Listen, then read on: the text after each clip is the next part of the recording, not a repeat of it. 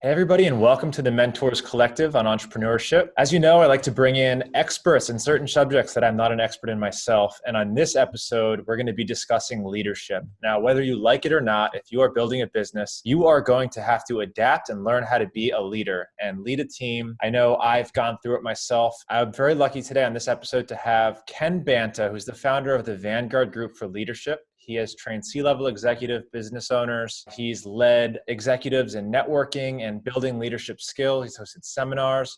We're super lucky to have him today. So Ken, thank you so much for joining us. Thanks for having me with you guys. Of course. And I know we just spoke about this briefly before we got started, but a lot of our listeners here aren't C-level executives and aren't founders of major organizations, but maybe they're just getting started. Maybe they're just starting to build their team. So I'd love to just kick this thing off with some really great value for beginning that journey into leadership and going from entrepreneur to CEO instead of just entrepreneur. Talk to me a little bit about that. What is that journey like? Yeah, so I think one of the biggest shifts that people need to make is first of all moving from really dealing only with themselves to leading other people, and the other aspect I'd say is shifting from what might be thought of as like management to leadership. And so let's start with the first part of dealing with groups larger than yourself. When it's just you, really you have to convince yourself to do things and you decide when to stop things. When you have more than two of you and one of them is a follower, then you really are into a different role, which is also motivating and persuading people to do things. And that's the piece that takes you beyond yourself. It sounds simple, but it's a very huge step for all of us to make, to go beyond deciding what I would do to thinking about what a group should do, and then thinking about how do we get them to get there. The other aspect of it that I think is really important is that people often confuse management with leadership. And the distinction that I make between those two things is management is more or less the day-to-day stuff, paying the bills, keeping track of who's doing what, maybe keeping track of your clients or vendors. Those are important things, but that's management.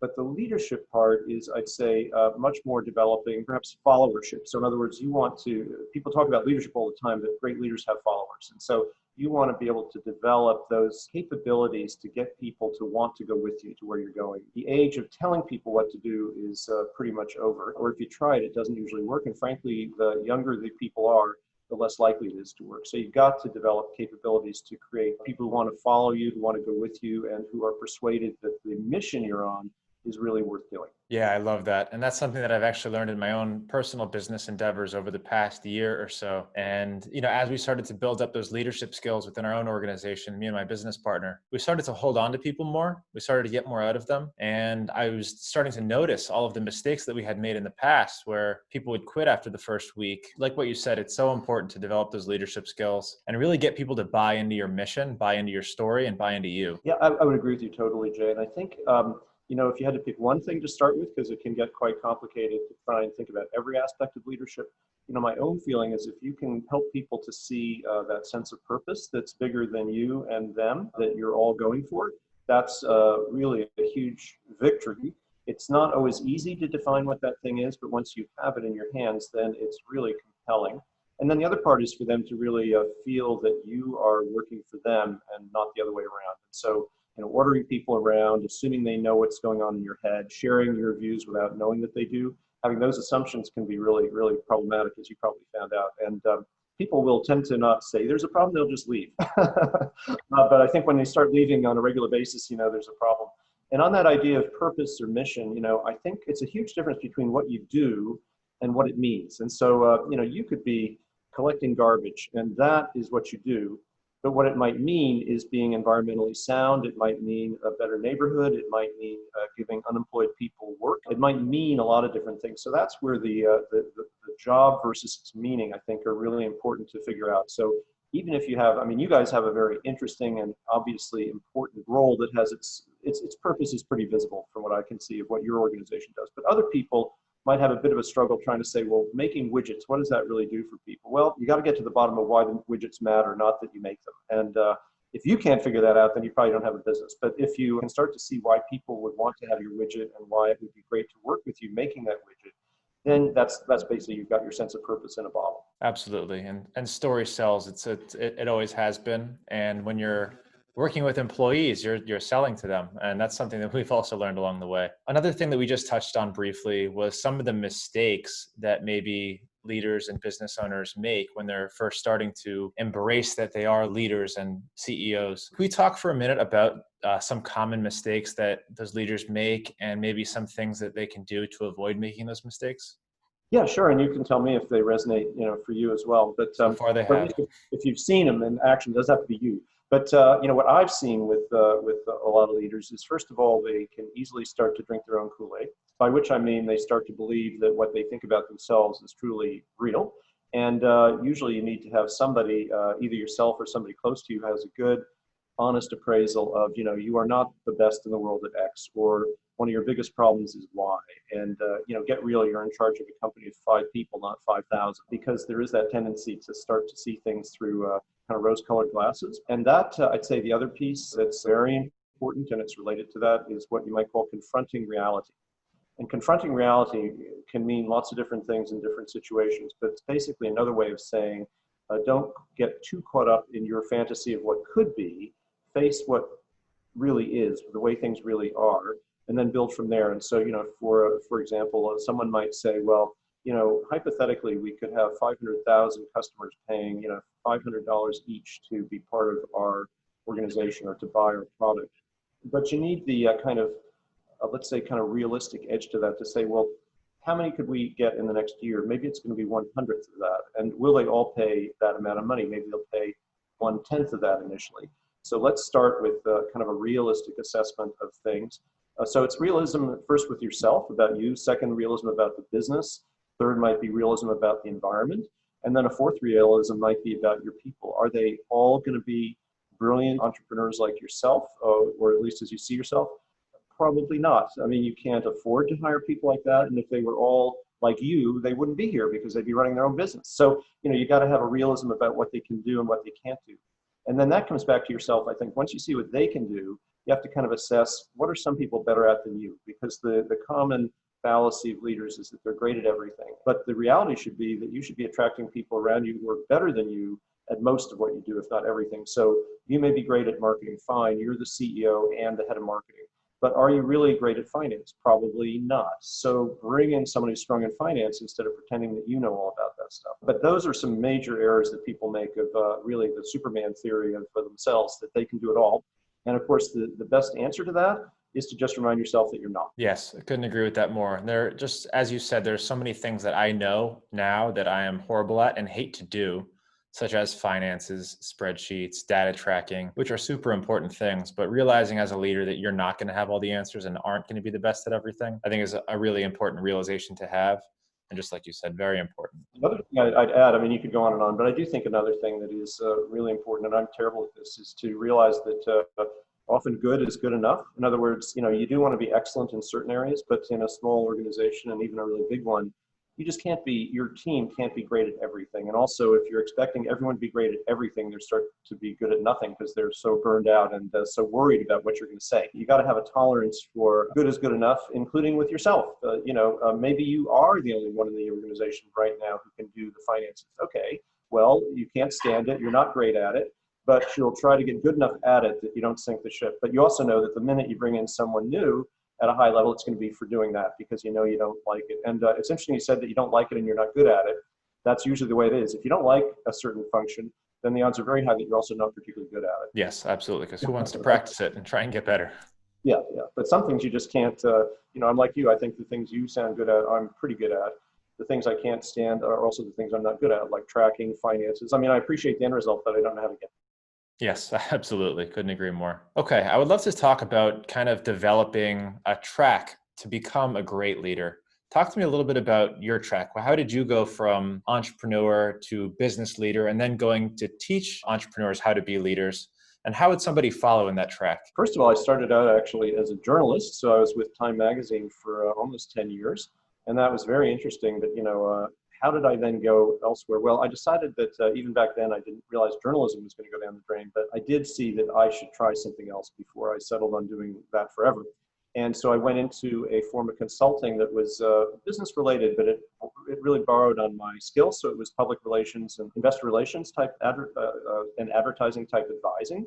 So, that created a track for me to go from a one kind of career. It was sort of a pivot point to being in the business side of things, but not a business person at that point, really. I then was fortunate to get hired to work in a very big set of companies that were all, as it turned out, companies going down the drain. And I was lucky to work with a CEO who taught me a lot about how to turn companies around. So I was able to figure out how I could go from being a journalist, basically, and a consultant to someone who could become a driver of transformation in big organizations, how to get people to change the way they do things, how to get large organizations to change direction. And that kind of borrowed on some of my previous skills, but obviously very, very different. And then that work basically kind of equipped me to be able to go out on my own in due course after about 3 companies like that, to really pivot again and start to help other people develop leadership skills. But it wasn't based on nothing. It was based on experience internally helping people change the way they lead and how to get teams of leaders to move in a new direction. So it was kind of applying an existing capability, but in a new way. And so I'd say that the lesson there for people who would like to maybe not follow in that track, but to kind of move from one area to another and to grow their career is, I think to be really aware of what your capabilities are versus what job you have. So by that, I mean, like in your case, currently you're doing this form of business, but some of your underlying capabilities might be the ability to identify trends, to have a journalistic approach to things, to organize interesting material for entrepreneurs. That might lead you into a very different business, but it would build on those capabilities. So I think it's always good to kind of understand, kind of know yourself, know what your real capabilities are versus the job title that you have. And then you can start to apply those capabilities in different ways, which is really more or less what I did. I think the other really big and important piece is to know where you want to go, not in a like a detailed way, but not everyone needs to be a CEO. You might actually think you want to become a CEO. Other people might want to become a CFO, or they might want to become simply very, very good at a technical capability and not be running things. So it's, I think, very important to understand your capabilities and also your own goals, your real goals, not what other people tell you should be doing, but what you want to be doing. And then you can start to plot a course that'll kind of lead, maybe zigzag route to that thing. The final element that I'd say is really, really important is to have a mentor or two around you, who can give you good feedback, tell you when you're making really just don't make any sense, letting you know when you maybe hit a wall, what you should do differently. And those mentors come in all shapes and sizes. And I, in some ways, acted as a mentor to some CEOs that were many years older than me. And then I've also more recently been mentoring people who are a lot younger than me. So it's not really an age thing, it's more like a role thing.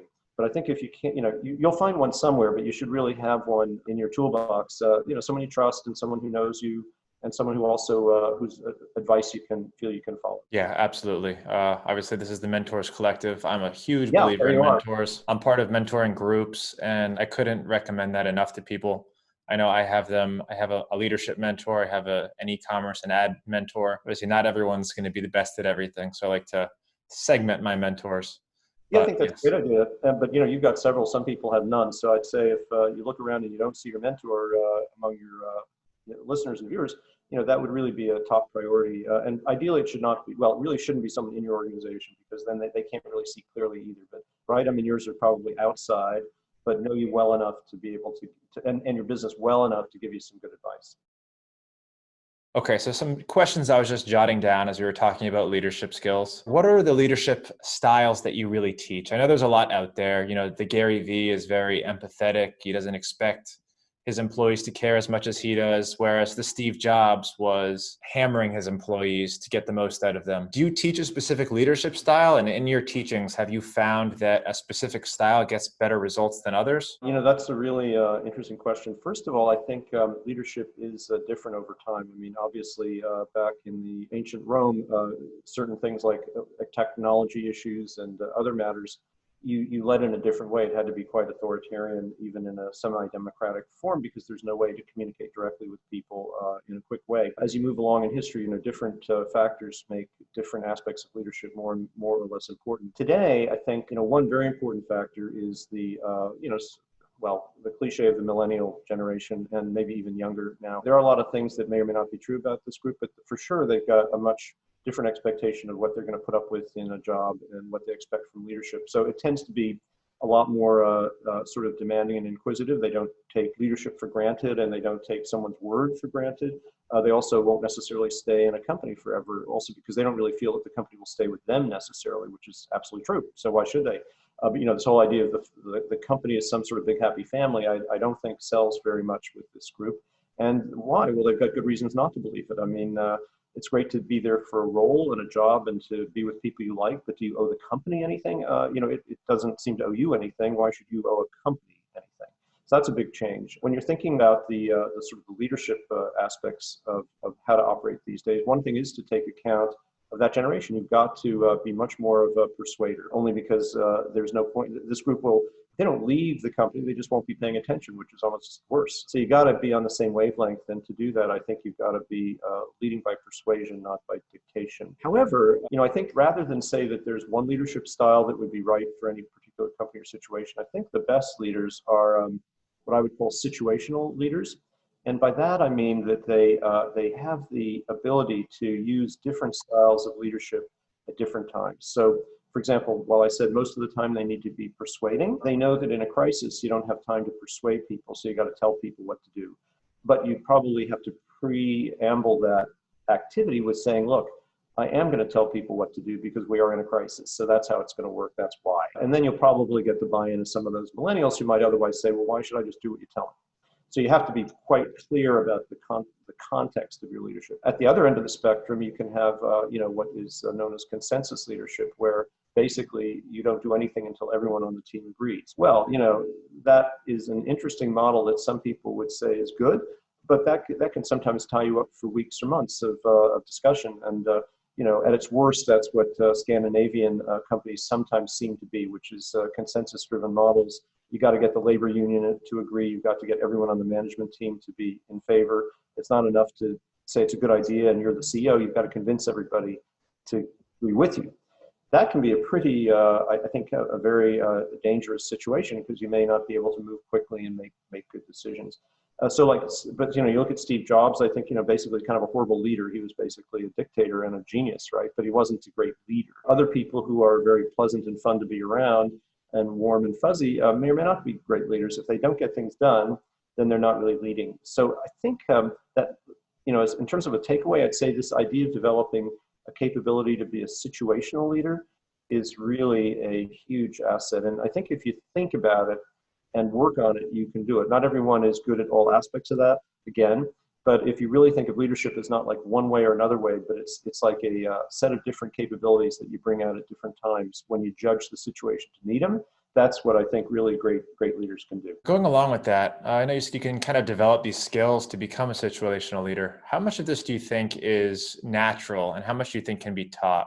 For example, I know some entrepreneurs who are in my network who are strongly considering hiring a CEO to replace themselves as the operator of this company, the executive officer of this company. Do you think this is something that can be taught, or some people just are never going to be that great leader that gets the most out of their employees, and then maybe hiring a CEO might be a good idea? Yeah, I think that's very valid. I mean, I think, I don't know if anyone's ever really proven it, but I think that, some traits of leadership are either inherited or they're developed very early. Also, there are things that demonstrate what people really want to be as grown-ups.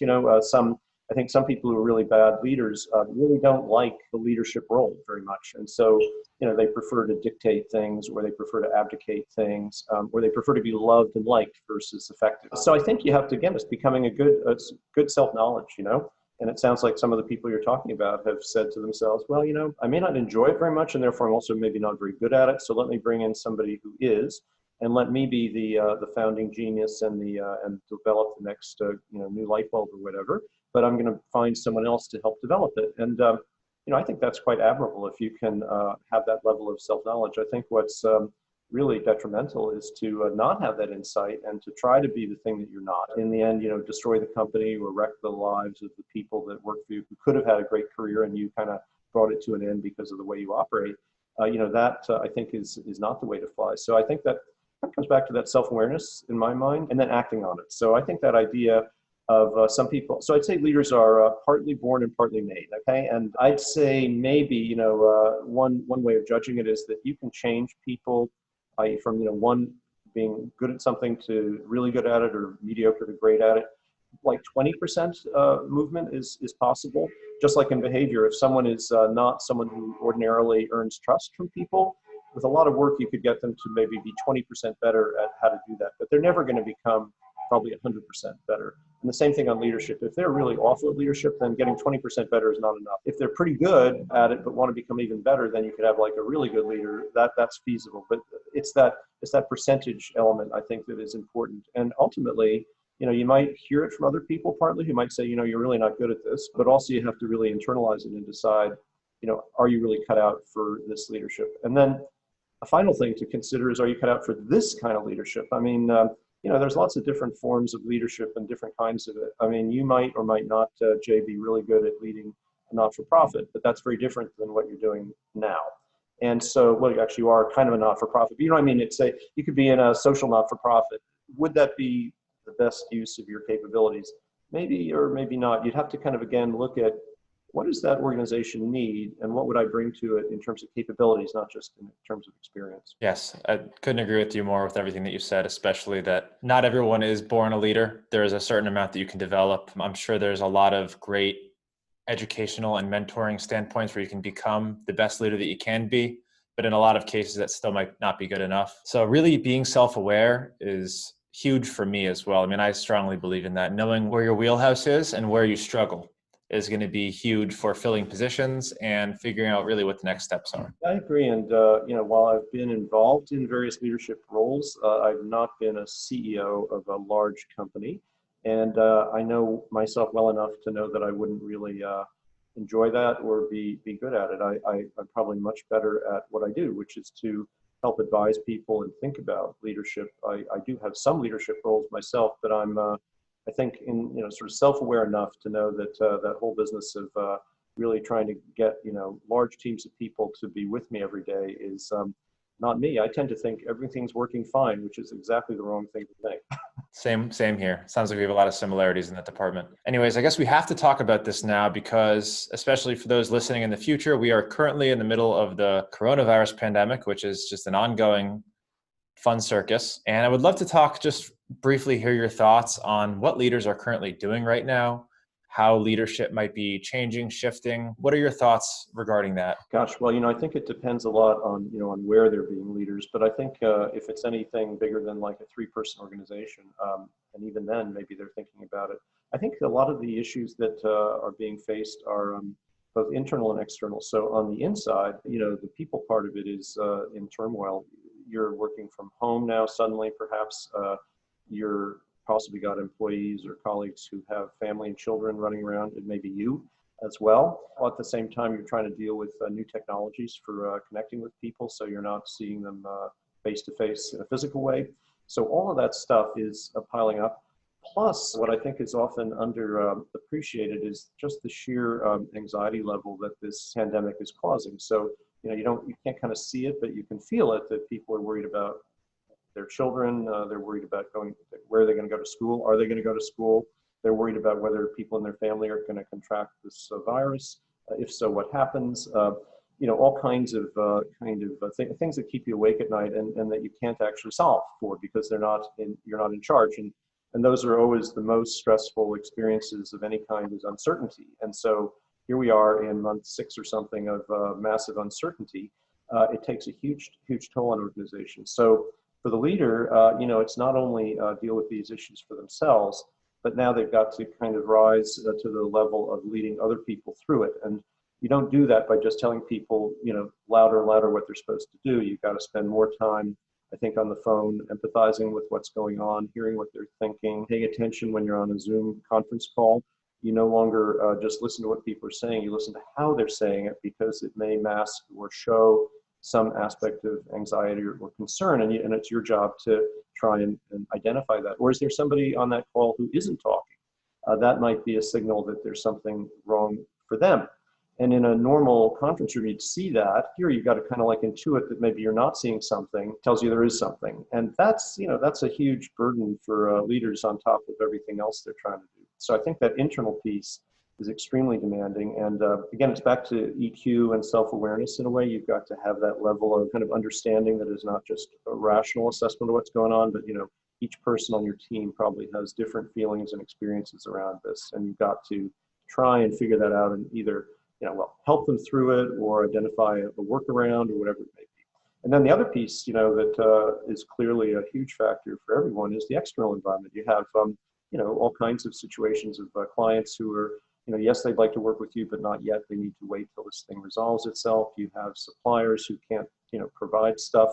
And so I think another huge aspect of the CEO job now is really kind of external crisis management. And again, it's crisis management it's an ongoing crisis of uncertainty. It's not like what the end result is going to be, but you got to manage your way through it. And in fact, our organization has been leading a series of dialogues that are digital around just this topic with CEOs saying, how are you handling these different matters? And it's just eye-opening. People, first of all, a lot of people listening in who are also CEOs, and secondly, just amazingly, everything from very profound problems to like really basic ones of how do you deal with vacation when everyone's at home? I mean, I don't know where they're going to go. And then I think the third element, Jay, is the future. You can't. It's so hard to predict. Most organizations operate on some level of forward planning and predictability. It may not be perfect, but you figure based on past experience, the sales cycle is going to be X in January and February. We're going to need Y. Well, all that's out the window. No one knows whether they can fly anywhere. No one knows whether anyone's going to need their product or is going to be able to supply what they need for making what they make. So it's that lack of clarity about the future, I think, is a kind of a new learning for a lot of CEOs. Probably good basic training. I mean, if you can get through this, you can get through a lot of things. I suppose it's, we think this is terrible, but imagine, I suppose, what it would be like to be trying to work in Syria. I guess, this is mild by comparison, but for a lot of people, it's the first time they've seen this kind of just chaos. Yes. And I was just in Mexico, and they don't really have online business in Mexico. So it was a whole nother story over there. And I just want to add something to what you said, the first point, whereas all our employees are now working at home for the most part. Our offices are empty, everyone's virtual. And you can kind of tell that some people are starting to feel the anxiety, to feel the uncertainty. And we actually hired a head of human resources about 2 weeks ago. And it's been one of the best decisions that we've made. It is quite a bit of a time burden to not just pay attention to see like, okay, who's been a little off? Who should we check up on and then go ahead and do that. So having someone on board to really head that battle who's had experience with it has been a huge help for us. That makes sense. And, it kind of underscores the obvious thing that we're talking about, which is that people sometimes forget that, businesses are people. It sounds sort of obvious, but they often assume that, well, just tell people what their job is, they'll get on with it, and then the business will happen. But, as you're saying, if the people aren't feeling right, then the business isn't going to work. Yeah, it's a strange environment. We have bi-weekly Zoom calls. And you can tell, everyone's at home and just like going through the motions, but having someone there to check up on personally and say, listen, is everything okay? Is there anything we can do to improve your experience? Really goes a long way. That's a good idea. Well, it'd be fun to find out, fun and interesting to hear how that works out, because I'd love to know what happens with that, because you're kind of an interesting, it's a sort of interesting leadership experiment, right? I mean, you care about it, but you can't be doing it every minute. So can you get a kind of an HR person to help handle that aspect of it, and does that work well? Hopefully, yes. Yeah, and it's very much an experiment for us too as well. I've never hired someone to run our HR department before, and it's still very new. She's been active for about a week now, but yeah, I'm very hopeful. We'll catch up in a month and see how it's going. I'm sure it's going to be a good idea. It's just I'd be interested in how to make it work.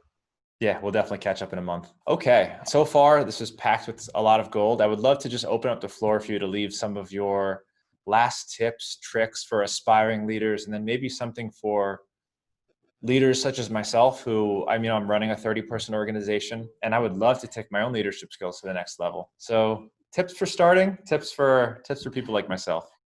Yeah, so let's see, for startup people, I think the most important thing is to really look at every aspect of your role as a kind of a learning experience for what you would do in the future. So, one way to do your job today is to just get it done. Another way to look at it is, what can I learn from what I'm doing today that will really help me grow into an even bigger job for the future? So, for example, if someone currently is working in sales, one way you look at it is, I'm doing sales, I work 9 to 5, and then I'm going to go home. and that was a sales job. The other way you can look at it is that what I'm learning is how to persuade people, how to change people's opinions, how to lead, even if it's just one-to-one, you're still learning skills that you can use to lead larger groups of people. So I'd say very consciously think about some of these capabilities. And again, I keep talking about capabilities versus jobs. The capabilities you're developing as a leader, and think of them as leadership capabilities versus simply job capabilities. So I think that's one thing, when you're at a more junior level, but you're aspiring to bigger roles. The other thing I think, is always to be open to taking new roles, and not always necessarily ones that take you higher up in the organization, but sometimes ones that take you sideways, because a lot of people think that you're going to be more important by going upward in an organization. But the reality is that when you look at what most CEOs have as experience, they have a lot of breadth of experience too. They've done a lot of sales, they've done marketing, they've experienced a lot of different parts of operations, and they've been really good at them versus just a corporate job. So I think, there's always this illusion that having a corporate job is really important. But honestly, most people who have a corporate job never become a CEO unless they've had a lot of operational experience too. So that's something to keep in mind, I think. And then the third thing would be to really kind of look at things in bite-sized pieces. I mean, you can't develop every aspect of being a great leader in a year or 2 or 3 years, but maybe think about 2 or 3 things that you're really not particularly great at as a leader, and try practicing those things in your day-to-day work, or even with friends, not in a nasty way, but just asking them if the way you're presenting yourself is kind of addressing one of the problems that you had. So for example, perhaps you either don't talk enough or you talk too much in a conversation with people. Try seeing how you listen better. And then, you can do that with friends. Ask them, am I getting better? Am I still the only one talking? And that can be quite helpful. For people at your level, I mean, there's so many things to develop. I mean, I would have thought, I think, one of the most useful things is actually reading things like HBR, because you get so many interesting experiences there. And it sounds sort of trite, but I mean, it's a great resource for leadership learning for people at your level, and a lot of case studies, which are really cool to see. And the other thing I would do is what you're doing clearly already, which is, I think, a lot of learning from others, going out to other events. You've got your own group, I think, of young leaders who get together. And, I think that's a perfect way to do things. But a lot of young leaders, don't do that. They're kind of loners, or they just, they do their business and then they go home, but they don't really try to learn from other people. But I think that's really one of the best things you can do at this point, because, when you get really busy, and suppose you're, CEO of a company of 10,000 people, well, you're not going to have time anymore to do that. So you're kind of running on the gas you already put in the tank. But at this point, you can put a lot of gas in your tank of experiences and people and networks, because the more you talk to those folks, the more you develop networks. And it's kind of a cliche as well, but networks are really important. So that would be what I would be doing. Absolutely. Couldn't agree with you more. I believe networking and mentorship. And yeah, like we talked about before we started the podcast, my recent trip to Mexico with my 8 other leaders, super helpful. I mean, we were able to, work with each other, figure out what our weaknesses were. I learned a ton from everybody in the house. So if there's anybody listening who wants to join mentorship leadership group, please let me know. And Ken, with that being said, I just want to thank you so much for being on the show with me. And what are the best places for people to find you? I know the Vanguard Group for Leadership.com, which I'm going to link out over in the bio for anyone who wants to link up with your organization. That's the easiest way, and I can give you my email as well, and I'd be delighted to hear from any of your colleagues. Thank you for doing that. Yeah, I'll list your email as well. So anyone with questions for Ken about leadership or anything like that, please be sure to send him an email. I'll also link his LinkedIn in there as well. But this has been awesome. Thank you so much for joining me. Likewise. Thanks for having me. I'll talk to you soon, Ken, and we'll catch up in a month. I'll let you know how the HR went. Absolutely. Take care.